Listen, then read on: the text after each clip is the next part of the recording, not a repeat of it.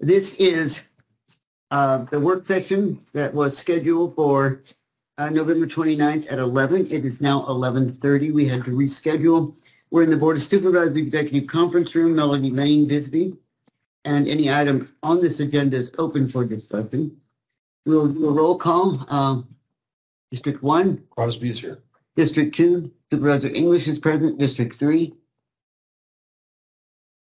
Ms. Judd, are you there? Well, at this time, we'll say that she's absent, but if she doesn't appear, I'm sure that you will send the relevant documents to her, okay? Members of the public may also attend this meeting by Microsoft Teams computer or mobile app or by phone by calling 602-609-7513 or 888-680-6714, conference ID 125-454-778#. If you have trouble accessing this meeting remotely, call 520-432-9200 for direction. Work sessions are a time for county staff to inform and discuss agenda items with the Board of Supervisors, and public comments will not be taken. As always, introductions are best when, especially since we're looking at a complete record, if you will give your name and your title before you have comments for the board. All right, so now I'll turn it over to our county engineer, Jackie Watkins. You'll lead us through this, Jackie? Thank you. Yes, this is an update on what the Flood Control District has been doing for the last year. And so we're talking about citizens' concerns, our floodplain regulations, the monsoon floods we had this year, and project updates. The citizens' concerns, we spend about 50% of our time with citizens' concerns, either for the Flood Control District or HERF for the engineering, and take that as a top priority when citizens call and want, they have information and they want something done. So that has been delaying some of our projects that we have this year on getting them out.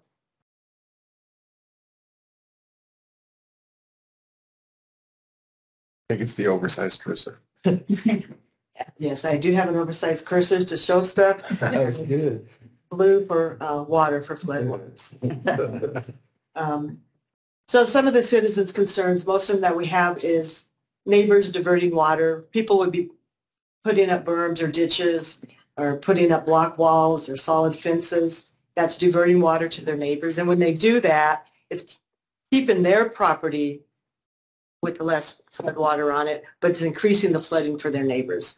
That's most all the majority of the ones that we do is with diverting of waters and flooding and not understanding, what flooding is. We talked to the residents about, sheet flow flooding, and they're thinking, oh, that means 2 or 3 inches going across their property. Well, sheet flow can be a foot, and it wouldn't be in a mapped flood zone, but it's still, a concern to the neighbors.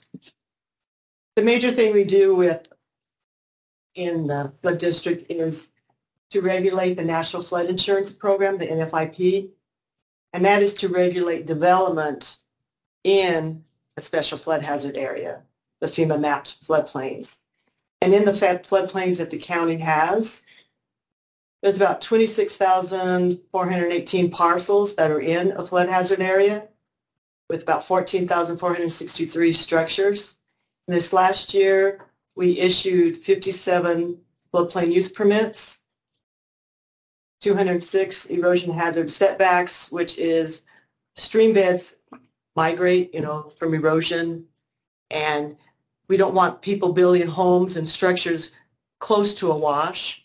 And so we tell them that they have to be, the minimum is 50 feet from a major wash, and the max is like 300 feet from the San Pedro River. You wouldn't want someone to build a house right next to the river.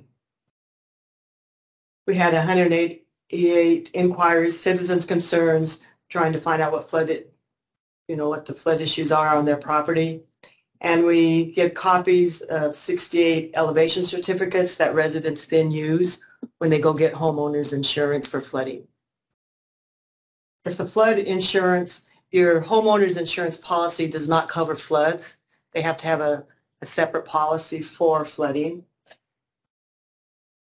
And part of the reason that we're in the NFIP is because it makes the county eligible for disaster assistance from the federal government and the state government. If we weren't in the NFIP, then we wouldn't be able to get disaster assistance.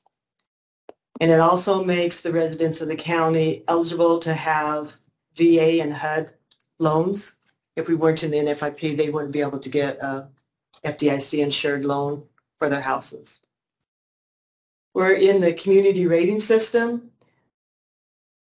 The community rating system is something that FEMA does, that if a community wants to enhance their floodplain regulations to help improve it for the citizens, then the citizens will get a reduction in their flood insurance. So it's a level from 1 to 10. We're at a level 9. So the residents in the county, if they're in a flood zone or not, anyone who has flood insurance has a 5% decrease in their flood insurance. We're proposing to go to a level 8 this next year. Then the citizens will get a 10% discount on their flood insurance. And to do that, we're updating the floodplain regs. And one of the options, or one of the enhancements we're going for, is that all homes in the county would be required to be elevated 1 foot above the highest adjacent grade, if they're in a flood zone or not, because a lot of the homes that were flooded this year were not in a flood zone. About 40% of all the insurance claims are from residents who are not in a mapped flood zone. And flooding is the #1 disaster in the United States. There's more people affected by flooding than there is fire. And then another thing is that then homes have to be elevated 1 foot, but a structure, if they're having a barn or something, it wouldn't have to be elevated a foot. They could dry or wet flood-proof that so that the electrical components would be above the flood zone or the flood height, so that they would have water flowing through but not impact the utilities. We have this is a list of what we have by statutory authority for the floodplain, for the flood control district. It's to regulate the development of land, what people, how they build their houses, as I've discussed.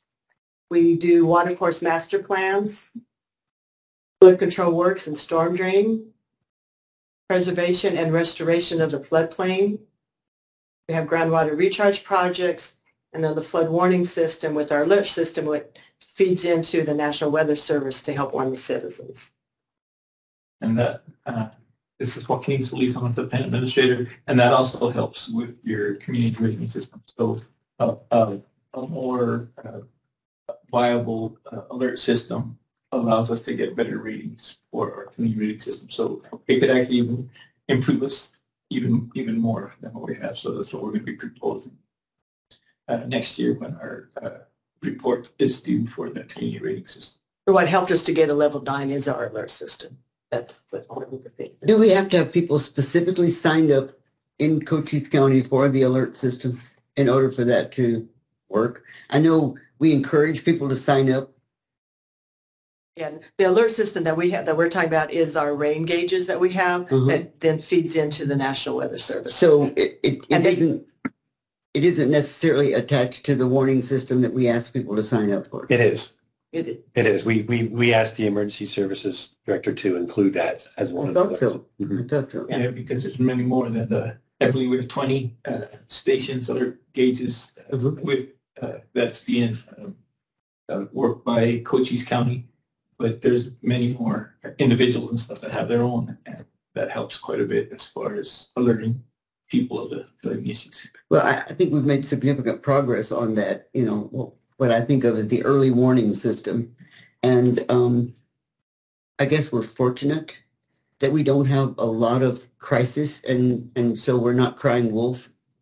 And so I guess when we do send something out, people are more apt to say, oh, this must be real, because it doesn't happen very often.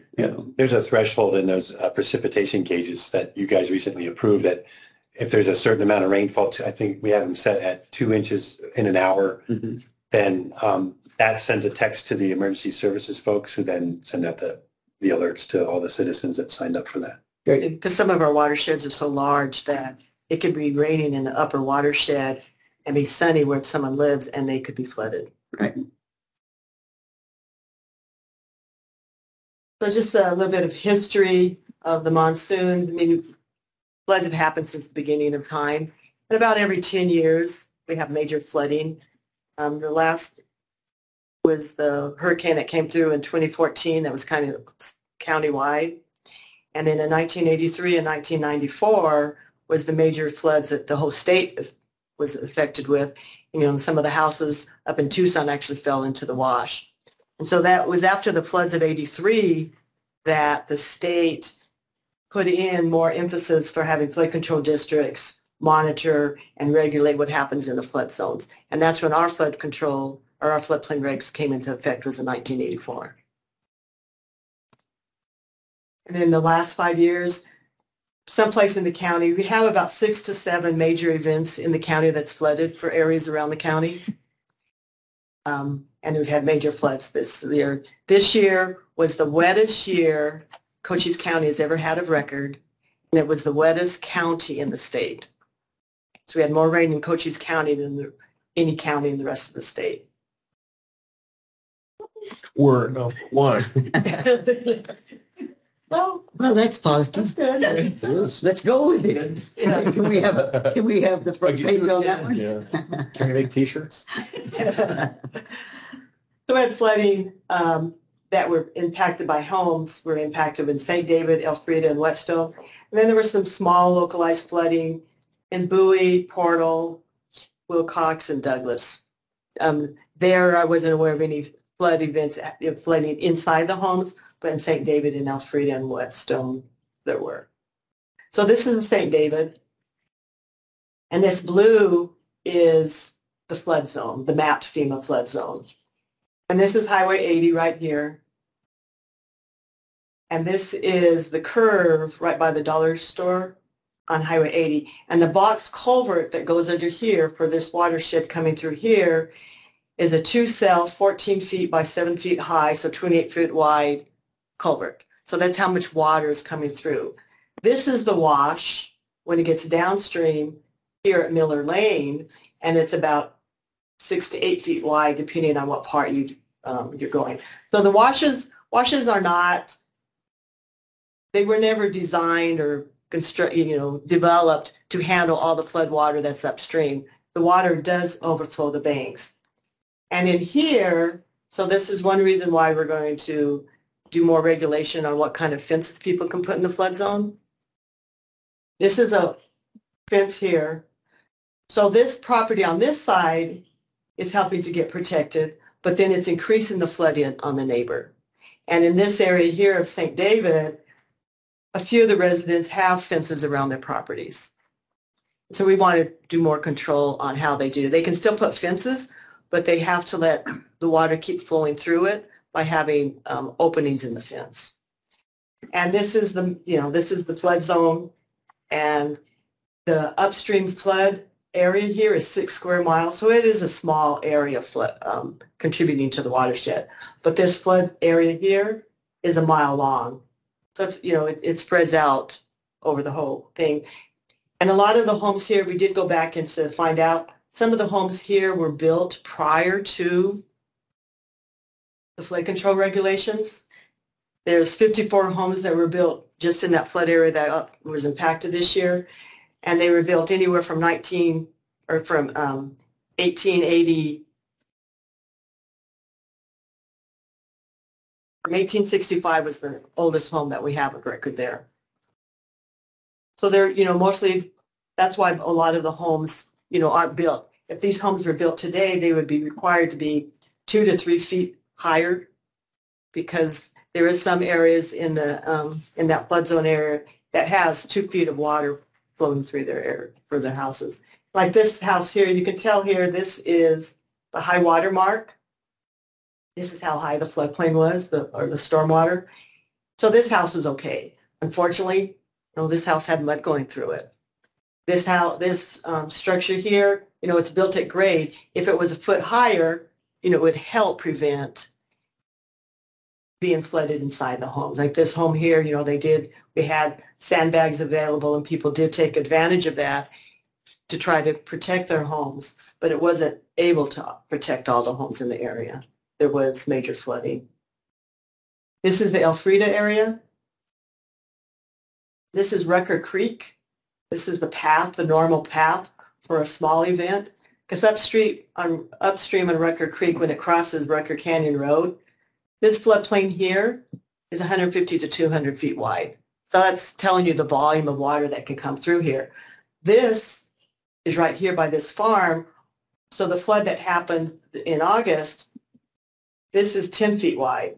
So it's not able to carry all that flood water. So that's why when this broke out, it went down Thompson Road to Jefferson and Bell and Gleason Road and flooded here.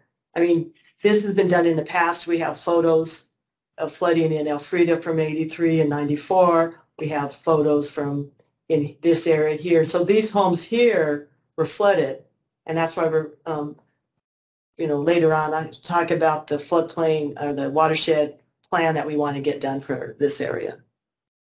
These are some of the homes in Elfrida that were flooded. Hard to see, but right here you can see this was the high water mark. So this house here couldn't even get into their house, even when the water receded after 2 days. They still had an impact getting into the house. And this structure here, if it was elevated a foot, that might have kept it from getting flooded inside. And the watershed here, the upstream watershed here, is 120 square miles. So when this flooding happened, it kept water flowing for 2 to 3 days, 4 days, the water was still flowing through the community. And just because of the size of the watershed, the roads were impacted, Thompson and Gleason Road.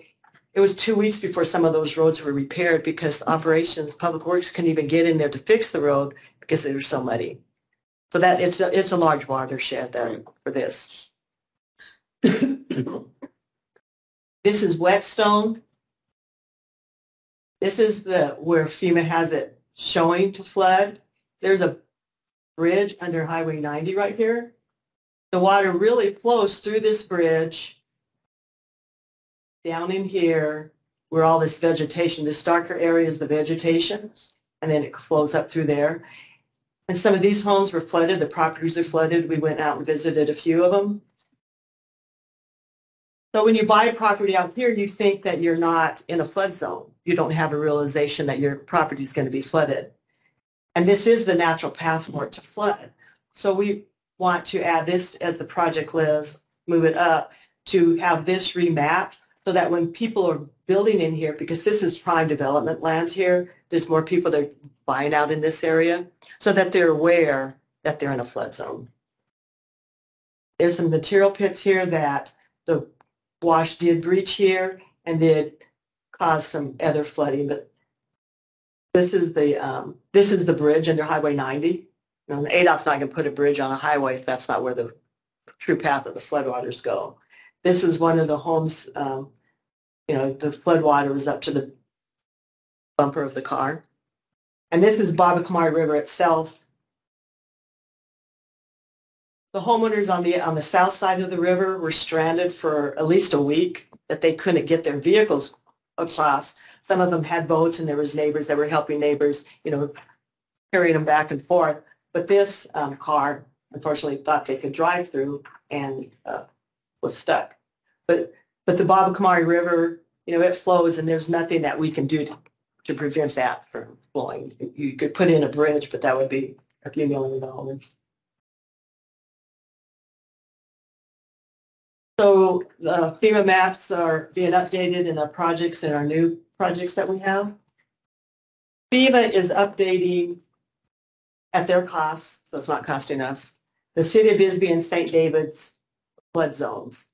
And they will have the draft to us in about mid-2023.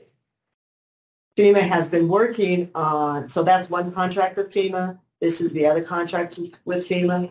With Huachuca City, Sierra Vista, Benson, and Hereford, the area south of Sierra Vista that is in the county. So Hunter Canyon, Carr Canyon, Ramsey Canyon, Miller Canyon. These projects, this project here with FEMA started in 2018. hope to have the drafts done in next year on that. And then we will have public meetings with the citizens to let people know who are being taken out of the flood zone and who's being put in.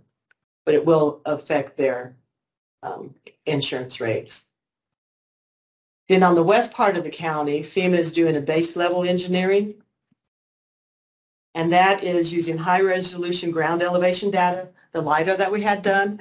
They're using that data then to update with advanced modeling techniques with the computers to, for the watersheds, they'll do the whole watershed basin. So all the washes that are coming through will have mapped flood zones. Right now, we don't have mapped flood zones on a lot of washes.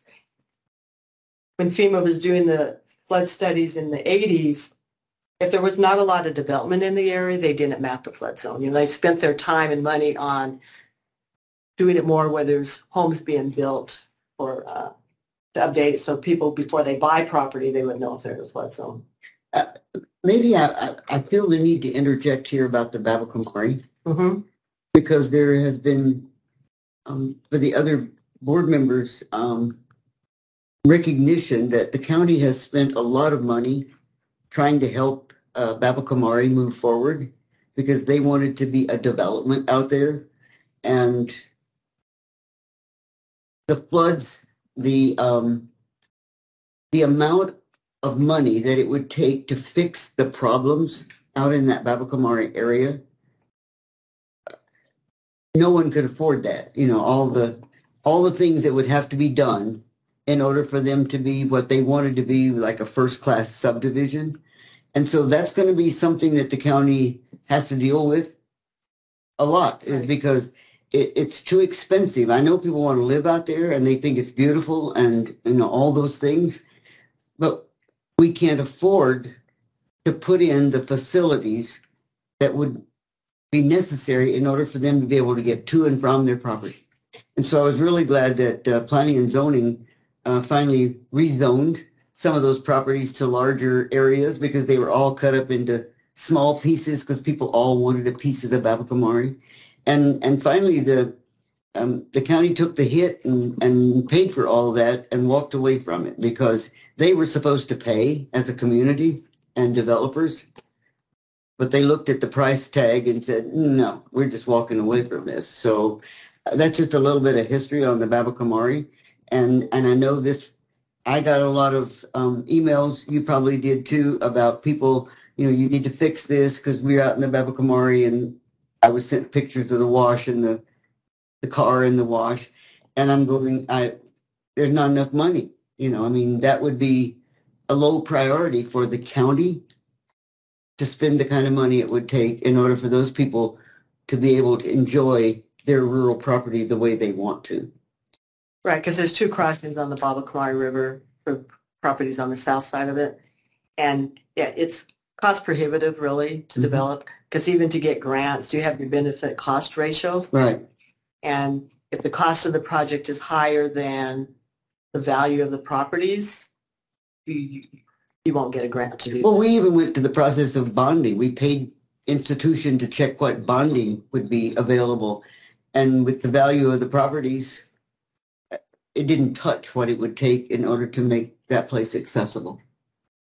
I mean, there's rural Arizona and that's rural Arizona. Right. It's beautiful, but you got to realize you're not always going to be able to get there. The chair's points are well taken, and I would point out in addition that there are infinity washes in the county. Right. Yes, there are. And the space level engineering is going to help us a lot when the FEMA finishes that to tell people we can better educate the public of even if it's a small wash next to you, you can still have a foot of water flowing across your property. Right. But the more, Supervisor Jack's joined the meeting. Oh, okay. Thank you. the more areas you get mapped, the more information, like Jackie said, that you can inform the people of how to stay away from them, or if it crosses your property, to be in a safe area as opposed to being in an area where you have some potential. An update on our projects. Leslie Canyon, Water Usage Ponds, that was approved by the board in August, and just to remind the board, this was also a jurisdictional dam per the Department of Water Resources. And this is the reason why we're designing this project so that way we can remove it from that jurisdictional status. So we have the consultant on board that's doing the analysis and proposing a design to lower the weir that you see on the screen to control that flow from breaking out into those areas that it shouldn't be. The construction design cost $219,250. They're in that phase of analyzing it. Once they get that information and get information from the geotechnical engineers as far as the soil goes, they'll put in a design so that way we can have a safe project. The potential construction cost is going to be between $1 and $2 million. And this is a flood control structure that does prevent massive flooding downstream currently there's about 50 homes downstream, but it crosses Leslie Canyon Road, and when it breached last time, it stopped. We had to close the road for at least a day and a half. And that then impacted for the people that lived north of this, they'd drive all the way up to McNeil to come back down Davis Road and Leslie Canyon. So that was an impact. And the Bay Acres project, this was also approved by the board in August of this year. The design concept report was complete to analyze the amount of flow going through there, and a concept channel was put together. This project that was approved was to move forward and to design the channel that you see in the alignment in green on the screen. Where the proposed channel is going to be, and it's going to merge into Pongo water. There is a potential of right of way that we're going to be needing, possibly an entire parcel or possibly just portions of the parcel to purchase, and that's going to be an approximate amount of $350,000 to do that. There's going to be some environmental assessments that are going to be needed for that project, also an approximate $500,000 range. In the DCR, in the design concept report, the construction estimate was approximately $8 million for that. So, what is NEPA clearance, please? It's an environmental National Environmental Policy Act. I know what it stands for. Okay. Just what do we get for $500,000? If there's something like archaeological locations, they need to study that to make sure that there's not going to be anything of those type of situations in the way, so that way we can get clearance from them to cut that channel in those areas. So similarly, like a design analysis for watershed analysis, and you design an amount of water, this is to investigate if that area is clear of any possible, archaeological findings or any environmental, possibly an oil spill that may have happened many, many years ago that nobody knows about. It's things of that nature that they study. So it could be a broad range of things that they're looking for or find.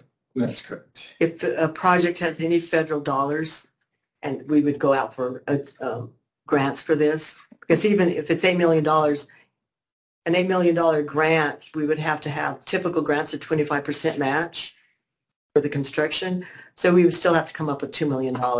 That's why, we have our contingency funds. But any federal funds, you have to have a NEPA clearance. You don't have to if it's just flood control district funds, but we would for federal funds. And so it's the Clean Air Act, the Clean Water Act, Endangered Species Act, notify all the tribes, SHPO for historic preservation. I'm not saying that that's in this, but they would have to get that clearance.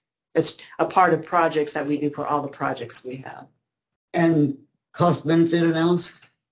Yes, cost benefit analysis would be because it's protecting the whole subdivision of Bay Acres. Could we just buy the whole subdivision? That will be analyzed, yes. I wish we would. We've at least, I mean, this project, I mean, when it's grown to this state, nothing was done, before, but I guess when you're looking at it now, you go, well, well, cost benefit, I mean, you don't need to pay for something that's worth more than what you're trying to protect. and all this area here is not developed, so we protect all of this area here. But this project has been talked about for the last 20 years. Yes, So but not to this extent. we'll at least have a design done.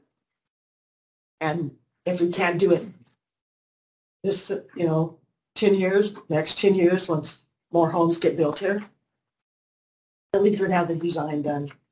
Well, and there's always been flooding there.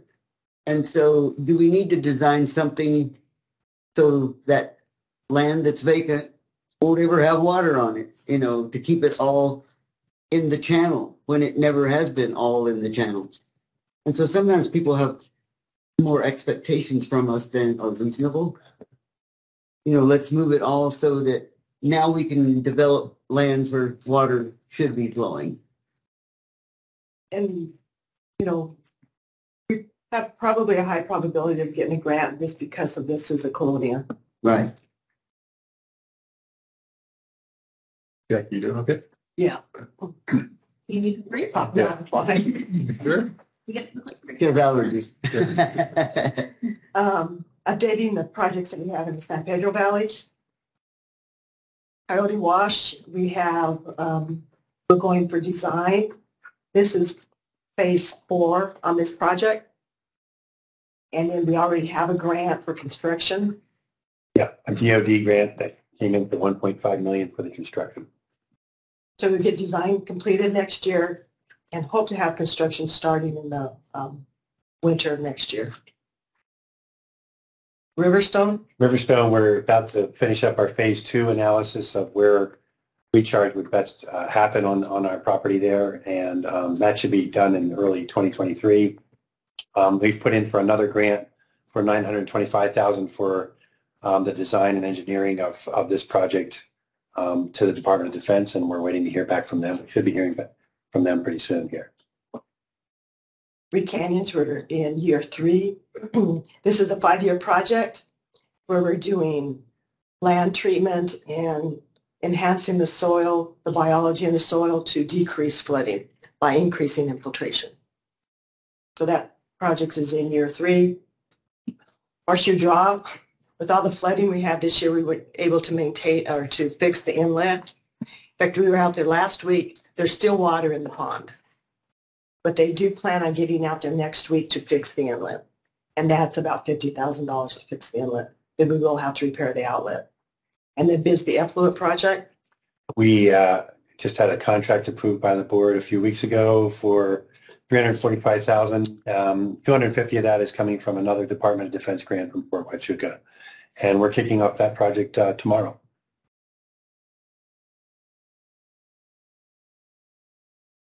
I think the question, is anybody talking about extending Buffalo Soldier east to Molson and Riverstone Ranch? That would be HERF funds, not flood control. There has been talk, but nothing. I haven't heard anything about it for a long time. Right. Nobody can decide where The to put it. alignment. Yeah. Well, I know there's a wash that they need like $1 zillion bridge to go across a wash between like 92 and Molson. Yeah, but bridges relatively are not that expensive. I mean, $2 to $3 million you can build a bridge.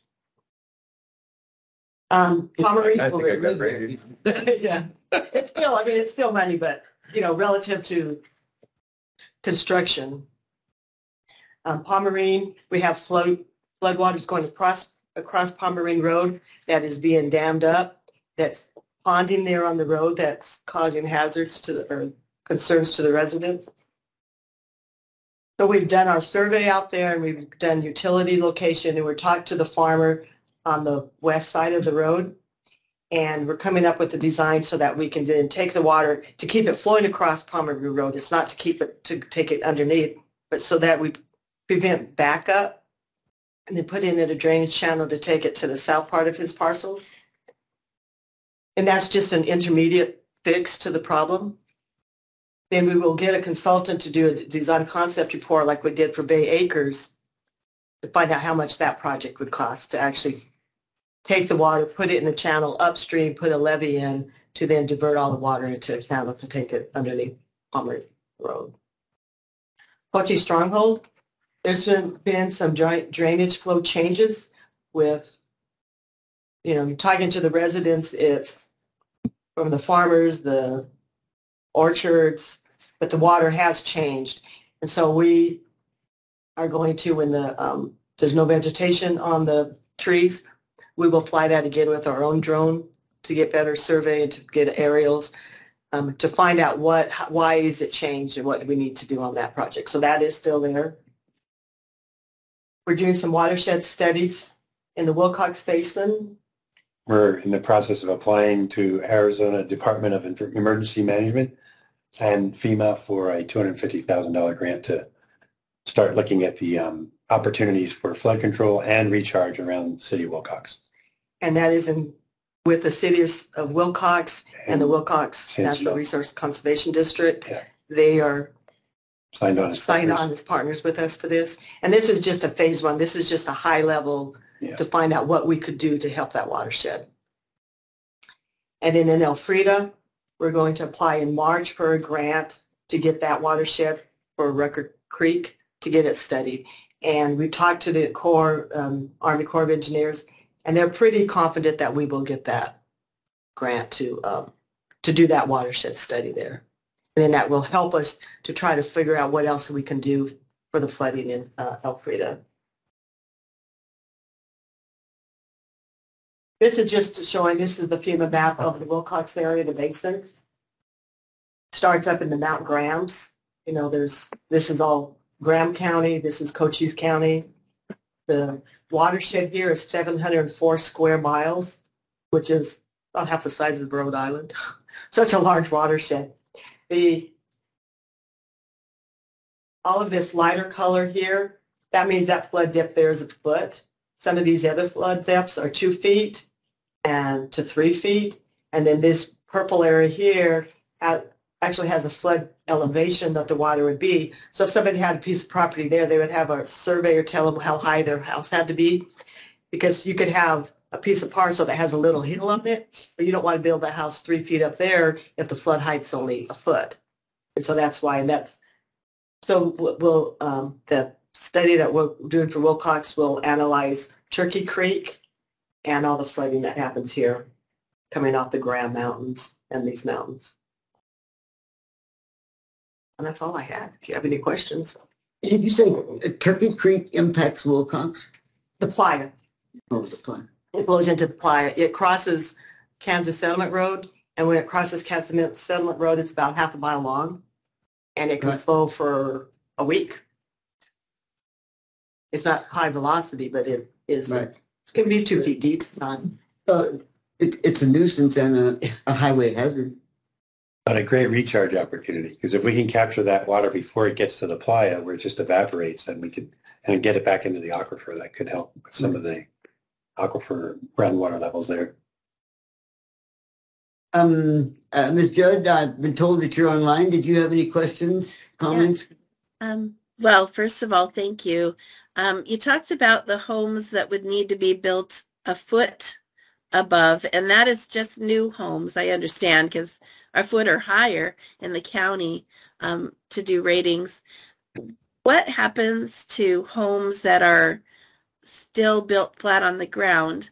Is there some sort of program or thought on that? I mean, I know you can't just lift up a home and build a new floor. However, I guess you could, but is there some sort of relief for people who just happen to have built 50 years ago in a floodplain and now, like some of these newer areas that are getting flooded that weren't actually in a floodplain, but they were actually in a floodplain all along? Is there some sort of a way to help them at all? We can't use flood control district monies to help private citizens. Well, we don't want to do that. And they can elevate. I mean, that is an option that FEMA has. There is I'm not aware of anyone in the county that has done it. If there are communities that they have elevated their houses, it would be costly to do it, but some of them have elevated. I mean, there's photos of elevating them 5 feet up in the air. So there's a FEMA program that does that then? No, the FEMA just gives you the guidelines, but the FEMA doesn't pay for it. Oh, okay. Well, I knew they wouldn't pay all the way. It would be a low interest loan probably if they did anything. But okay. Well, good to know. I'll look into that. Mr. Crosby, comments? I'm just here to learn. Well, are you learned enough that we can say that this meeting is over, or do you need more learning to take place? I'm fine. Okay. Thank you. He must be hungry. Okay, if there's no further comments, thank you for the information. It's always good to get an update of what's going on in different departments and special districts like this one. So if there's no further comments, this meeting is adjourned. And let's see, next meeting today at 1:30. So we haven't pushed up next to that one. 1:30 in the executive conference room for a work session on draft broadband feasibility study. Having said that, meeting adjourned.